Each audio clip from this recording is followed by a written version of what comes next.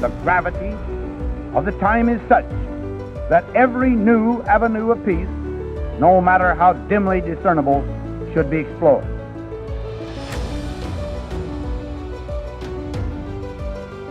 Never before in history has so much hope for so many people been gathered together in a single organization.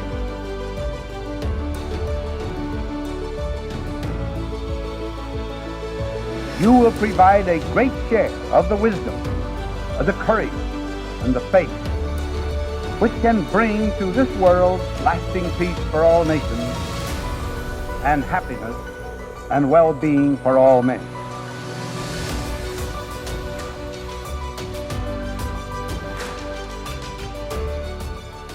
Hi everyone, welcome back to the next episode of Titans of Nuclear. I'm Phoebe Lind, and today our guest is Richard Kidd. He is the former Deputy Assistant Secretary of Defense for Environment and Energy Resilience, and now he owns a small consultancy helping to advise on energy and sustainability issues. Welcome to the show. Hey, Phoebe, thank you so much. It's a pleasure to be here. I appreciate it. Of course. We're excited to have you.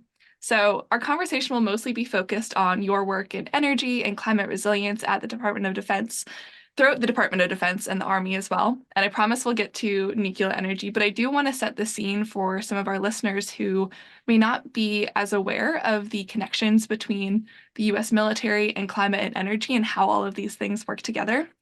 So the US military is one of the largest contributors to greenhouse gas emissions in the US and obviously has a very large footprint around the world. That said, DOD is also very well positioned to be a leader in climate resilience. It commands many buildings, planes, ships, and people, and all of the energy that goes into powering them. Tell us a little bit about your career journey and how you became interested in energy issues.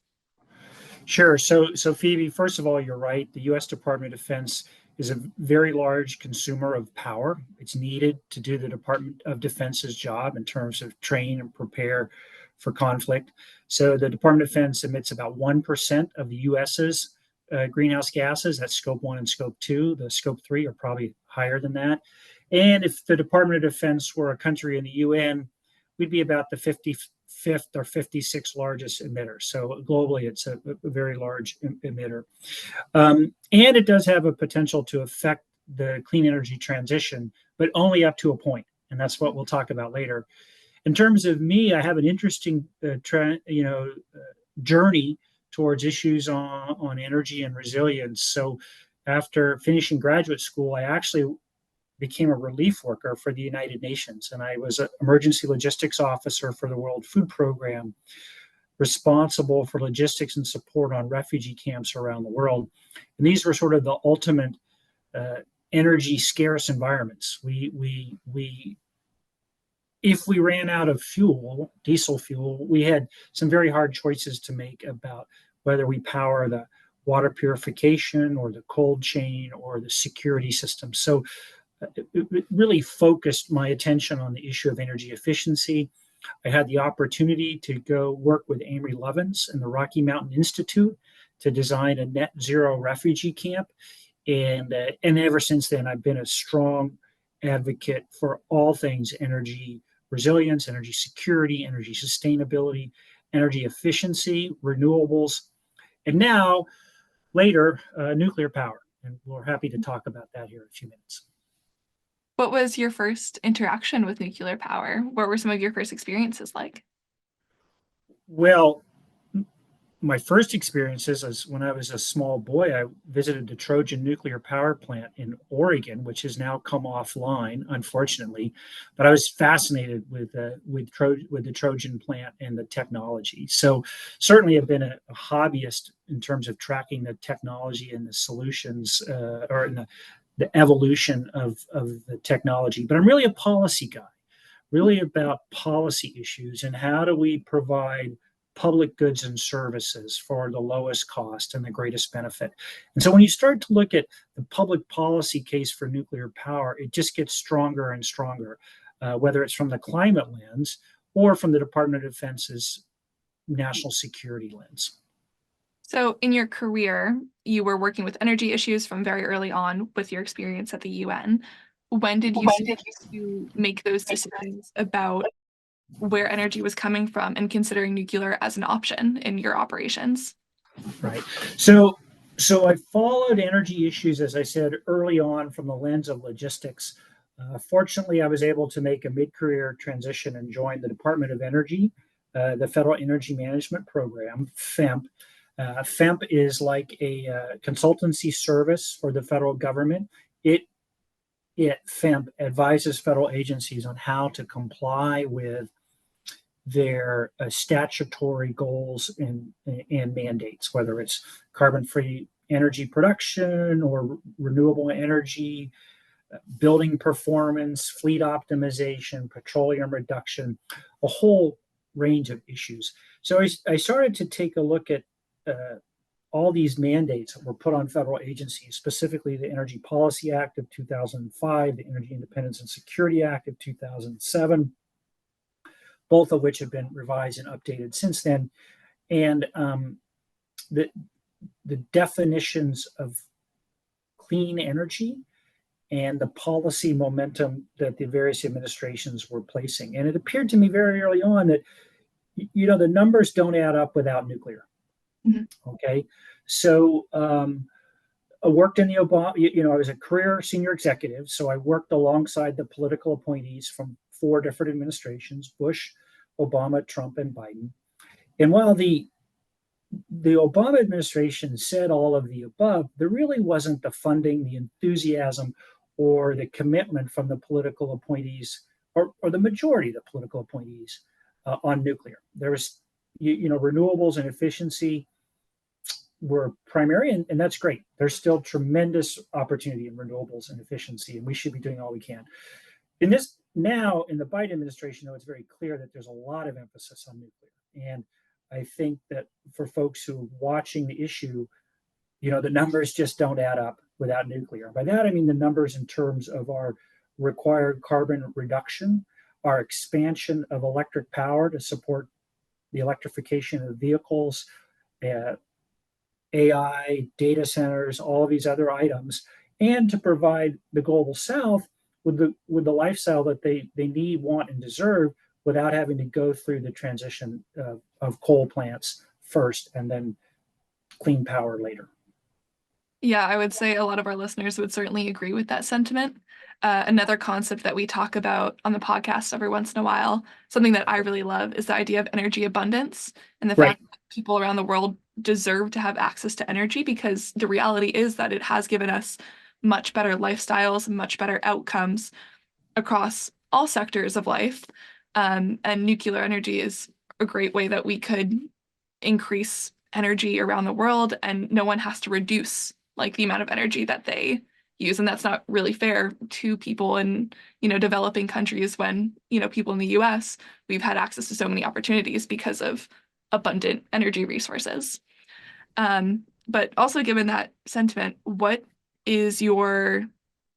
your thoughts about the current state of affairs of nuclear energy? Do you think that shift from the Obama era, when we were more focused on clean energy but renewables, and now that nuclear is a little bit more a part of that conversation, do you think it's enough? Do you think we need to go further? So I would just say, that every conversation during the Obama administration, every energy conversation I was involved in, very seldom did nuclear power come up. Now, every conversation I'm involved in, nuclear power comes up. All right. So there's this awareness of the role that nuclear power can and should play if done correctly and safely. And I think we now have the technology and the commitment that we can do that. What do you think instigated that change? So, I can't speak for the whole industry. I can only speak for how I got to this position, working 2 very difficult policy issues in the Department of Defense. The first was the requirement to reduce the policy requirement and the requirement of physics, simply for the Department of Defense to reduce its greenhouse gas emissions. And the second was the requirement of the Department of Defense to have power on the battlefield, to do the things that we need to do to prevail in any future conflict. So from those two angles, the sort of decarbonization angle and power sufficiency in the operational space, in both of those thought processes or policy evolution processes, I came to the conclusion that we don't get there without nuclear. And I'm happy to talk you through those, okay, if that's all right. Yeah, absolutely. Great. We'll take them one at a time. Sure. Right. So, you began the podcast by mentioning the fact that the Department of Defense is one of the largest greenhouse gas emitters in the country. And I doubled down on that by saying, we're about 1% of all total U.S. emissions. So all greenhouse gas emitters are contributing to the problem of climate change. And there is a need to reduce those greenhouse gas emissions. We, the Department of Defense, when I was there, annually we publish an annual energy management report, which shows the Department of Defense's energy consumption. It's about $13.5 billion a year, plus or minus.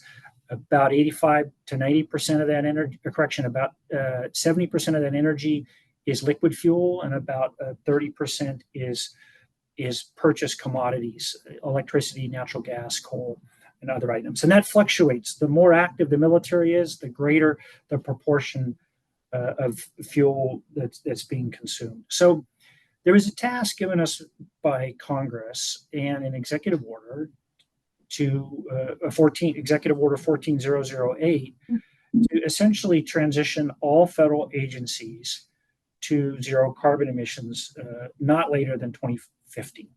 And the president outlined a number of steps, and Congress outlined a number of steps to do that. And all previous executive orders from President Bush and Obama and Trump on federal efficiency or energy efficiency or sustainability, they were called different things over the years. There was always a national security set aside. So in other words, essentially any military operations of the department were exempt from those executive orders. In this executive order, in this administration, that was not a priority case.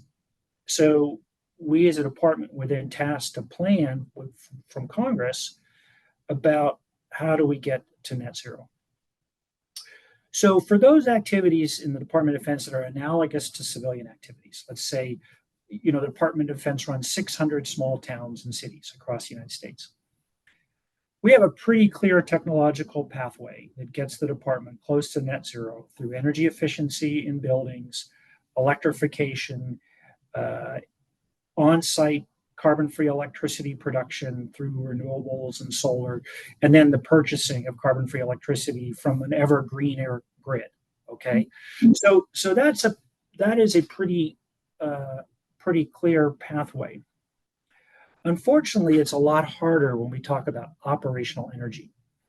So the Department of Defense has one common fuel on the battlefield. It's called JP-8. It's a jet fuel derivative. It runs everything from a generator in the Army to a tank, to a self-propelled howitzer, to an F-35 fighter plane. The department also has bunker oil for ships, and then very small amounts of hydrogen, diesel, benzene, and other items for niche applications.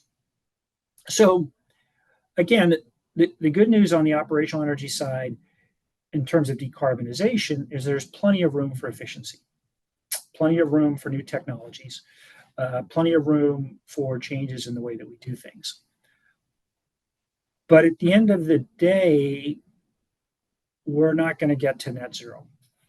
The terrific advantages of liquid fuel in the form of JP-8, the form factor, the energy density, the Department of Defense is buying equipment now that's going to burn liquid fuel in 2045. And we did a deep dive on sustainable aviation, and there's still a question mark about sustainable aviation fuels. But it doesn't look like there's a clear pathway for SAF right now that will produce the fuel in quantity and at the cost acceptable to the Department of Defense. Also without, secondary adverse effects, whether it's water consumption, deforestation, reduction in food production, or other things. So at the end of the day, we don't get there without nuclear power. All right. We, the Department of Defense, need that secure baseload nuclear power for our installations. We need that nuclear power to produce sustainable aviation fuel. We need that nuclear power perhaps to propel some of the ships and other items. So there's no technological pathway to the department. And I should say, and even with that nuclear power, there's probably going to be a residual amount of greenhouse gas emissions that the Department of Defense is going to have to offset, capture, utilize in some other form. So there's going to be a CCUS at the end of the technological pathway for the Department of Defense. So given all of that, so I'll stop there, and then I'll switch to the second line of argument, but I'll stop there if you have any questions or follow up on sort of the argument around greenhouse gas reductions. So basically the Department of Defense doesn't get there without nuclear power. Reducing greenhouse gas emissions, it's not just about saving the environment, right? You said previously national security was always exempt from a lot of these executive orders and acts from Congress about reducing greenhouse gas emissions across sectors in the federal government. But now I think it's becoming better understood by national security experts and also the general public that climate change can be very destabilizing. And as climate change affects, it puts more pressure on other resources that you mentioned too, like food, water, the availability of energy itself, and that can exacerbate conflict too. How can you explain, the necessity of planning for climate change and prioritizing that in like military activities to people who don't understand that it's not just about saving the environment? No, so you're switched topics a little bit, and that's great. So it's on the addition, the notion of adaptation and resilience under a world that's going to be increasingly defined by the effects of a changed climate. Mm-hmm. So climate change is about physics, not politics, and that physics is going to affect the world that the military operates in. So the Department of Defense had a major effort about climate adaptation. We developed a tool that looks at our installations across 2 time epochs and 2 greenhouse gas emission scenarios, and takes a look at the effects of climate change on military installations, whether it's sea level rise, riverine flooding, heat, drought, wildland fire, increased energy consumption, all of these effects. And then we've developed the ability to model and score the effects on our installations. And it's not just on the installation. So climate change is affecting the Department of Defense at 3 levels. One, on the installations and infrastructure. And a lot of that infrastructure is being destroyed every year through extreme weather events that are outside of past patterns. So the climate is changing, driving these extreme weather events. It's also affecting the Department of Defense in terms of its people and equipment. So helicopters that were designed to carry a load a certain distance, a certain load for a certain distance in a window, the normal window of weather conditions, now that window has been reduced. There's more extreme heat and extreme humidity, so the aircraft is less efficient. In some cases, our runways are too short. In some cases, the runways have been made out of asphalt that will melt in temperatures today that weren't the case 50 years ago when they were first put in place. So, and on terms of the effects on the people, so 36 degrees Celsius wet bulb, at that point, the body can no longer cool itself. All right. So at lower temperatures, you can't have sailors on the deck of an aircraft carrier in the Persian Gulf doing their job without being risk of heat casualty, or Marines or soldiers or airmen. So we have to think through the effects on our equipment and the people, and effects on the supply chain, and of course the military's relationship with the population and the communities that support the military. So the Department of Defense has a defense climate adaptation plan. And I would encourage readers to find that. It was required by the White House, but in fact, we were already doing it. And it outlines this comprehensive set of responses that the department has to take to adapt to the effects of climate change and to build resilience. The Department of Defense also has a number of policy documents about how climate change will affect the security environment, which is what you raised. But I'll stop about the summary of adaptation. Happy to take some questions about the security environment, and then noting we still have to get to nuclear power and operational energy. So we got a couple of things out there. I know that's on my fault. I have an interest in all of these different topics. No, it's terrific. It's fascinating how they all work together, but happy to switch gears and jump into the operation side of things. So operational energy, or how the climate change in the security environment? Let's switch to operational, considering that's more in your wheelhouse as well. Sure. So again, another policy challenge that I and others in the Department of Defense wrestled with was the ability to move power around the battlefield.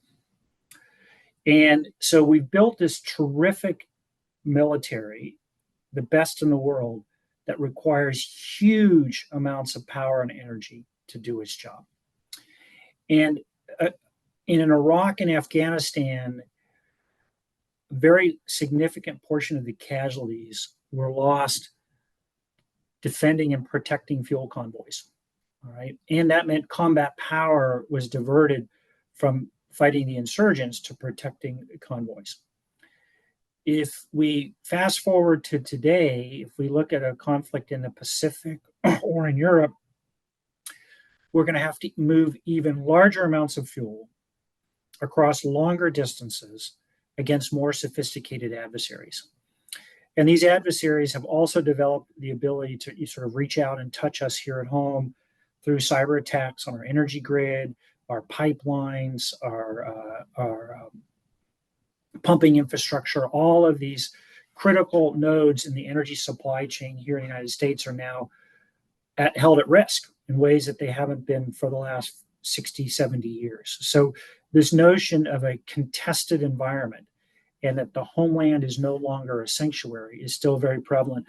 I also had the opportunity to work on national security documents across different administrations. And Jim Mattis, Secretary of Defense Jim Mattis, put into the Trump administration's document on national security, the national security strategy, that the homeland is no longer a sanctuary.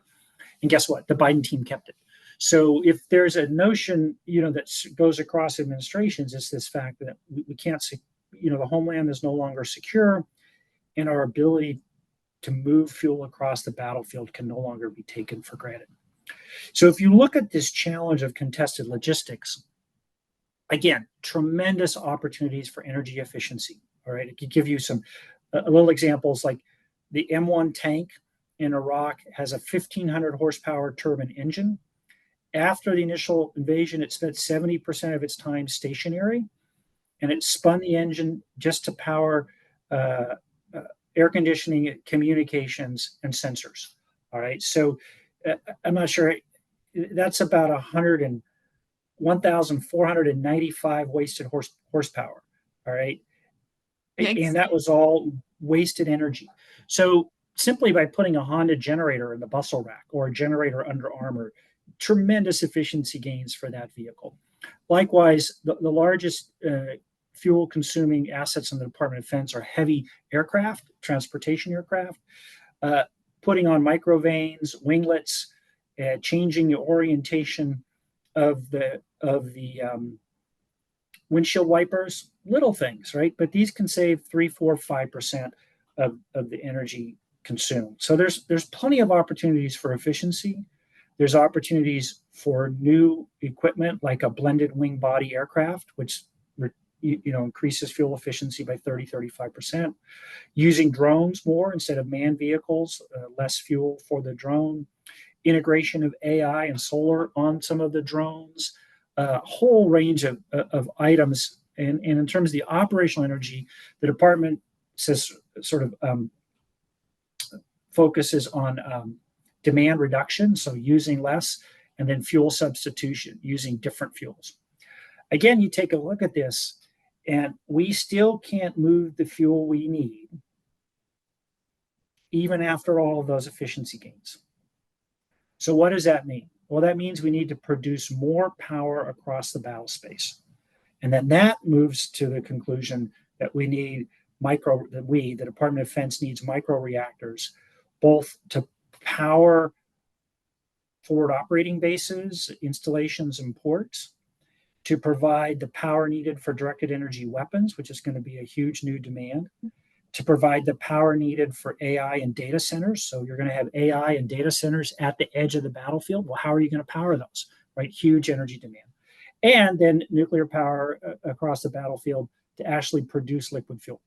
So you're still going to have those F-35s. You're not going to put a battery or a nuclear power unit in the F-35 nuclear battery, but you could produce fuel at the edge of the battlefield and not have to move it around. So that reduces the risk, and it reduces all the fuel that was burned moving it around the battlefield. So the point being there, from a policy construct, as we look at how do you reduce Department of Defense's greenhouse gases, don't get there without nuclear. How do you meet the Department of Defense's current and growing power demands on the battlefield? You don't get there without nuclear. Could you explain a little bit more about how nuclear at the edge of the battlefield will contribute to those things? Still be using the liquid fuel for many of these other, larger things that we're powering. And I'm less of an expert on mechanics of aircraft. But yeah, so I said edge of the battlefield. I wouldn't say, I should probably walk that term back. It's not going to be on the cutting edge of the battlefield. It was more like in the blade or the hilt of the battlefield. So behind the front lines, in sort of operational bases that are semi-permanent, okay? And if you look at concepts across the Pacific, there's this notion of having a range of airfields and ports distributed across the Pacific outside of the missile range of the Chinese, but still manned with aircraft and other items. So that would be the sort of the use case for a modular reactor of a few megawatts of range. There has been some discussions about nuclear batteries, modular reactors below a 1 megawatt, and you could see applications for those in, say, the high north, up in the Arctic, or communications nodes and other centers like that. One of the ideas is for the larger reactors above 5 megawatts or so, is that they would actually be able to do air to fuel. So you take carbon out of the air and combine it and inject energy, and you make a liquid fuel. It's an energy losing equation, if you will, but it's a form factor conversion. And by converting that energy into a different form factor, you're able to use it across some of the systems that already exist out there in the battle space. Switching gears a little bit, considering both operational and installation energy, while they have very different demands, have you seen enthusiasm around the Department of Defense for nuclear energy and applications in general? No, I think the answer is yes. I mean, I know the answer is yes. So there's been a range of documents internal to the department that have explicitly called for the integration of nuclear power onto the installation energy microgrids. So there's a large construction budget for energy resilience. And in the guidance documents provided across the department, it says, as you plan your energy secure microgrids, design them so that you can have nuclear power, or we've also a lot of interest in advanced or next gen geothermal where it makes sense to do so. So that's in the policy document. You have a number of preliminary procurement actions underway. So the Air Force initiated a procurement action for an SMR up at Eielson Air Force Base in Alaska. There have been some procurement challenges around that. But I think that's an early signal. I know that the other services are also taking a look at nuclear power options on their installations. If I digress for a second about American policy, the American U.S. government right now has lots of money going in for nuclear technology development through the Department of Energy, and they're doing great work. The government has loan guarantees through the Loan Program Office at DOE and tax incentives. There is not yet a deliberative commercialization effort across the whole of the US government. And the Department of Defense has a lot of tools that could be useful for nuclear power commercialization, but it doesn't have all the tools. So right now, the Department of Defense can offer land, accelerated permitting, security, and a 30-year power purchase agreement. That may not be sufficient for a first of kind or second of kind reactor, which is going to require some cash infusions throughout the initial process. So I think there's a look towards the US Congress. I mean, there's tremendous bipartisan support for nuclear power. It's one of the few things that Congress can agree on right now for ways that you might be able to do some capital injects across the department as it moves forward with nuclear power projects for its installations. In terms of operational energy, the Department of Defense has a program called Project Pele, which is for a mobile microreactor. It sort of started, I wouldn't say in secret, but didn't get a lot of attention. It's now a well-known project. It's got a lot of momentum. It's got good leadership. And I think the combatant commands, the command structure out there across the globe is really interested in the benefits and attributes that Project Pele offers or similar technologies. So the Project Pele now has two different companies that are sort of in the mix, and there's more companies out there that are hot on their heels with new options and new technologies. And that's what's exciting about this industry. I mean, this is a classic sort of business school case. There's a huge market opportunity. There's lots of new entrants, lots of great technologies coming out, and which ones are going to make it, which companies are going to have the best value proposition. And all of the companies struggle with who's going to pay the money to build the first one. Mm-hmm. Once you build the first one, then it gets a lot easier. What do you think is the biggest challenge or the biggest hurdle to building that first one? Is it that missing money for commercialization that you mentioned? So from the Department of Defense's perspective, I can't speak for all of industry. I mean, there's a couple of challenges. One is cost. So there's cost, technological risk, complexity in terms of the procurement complexity, and then aligning public and private sector incentives. So a long time ago, when I was at the Army, I helped build an office called the Office of Energy Initiatives Task Force, now the Office of Energy Initiatives. And this was to develop large-scale renewable energy projects on Army land. And I walked around the building and said, look, the private developers have to make money.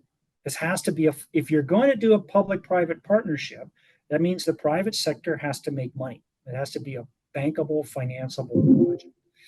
And so that was a hard thing to do on a relatively simple set of technologies, solar panels specifically.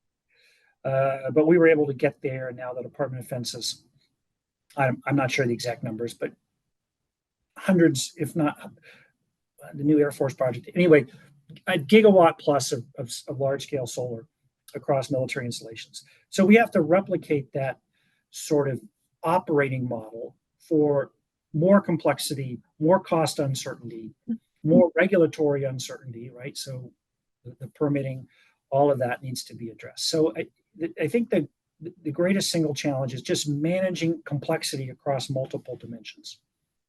So with your current work at your consultancy, how are you seeking to help solve some of these challenges? So it's interesting. So I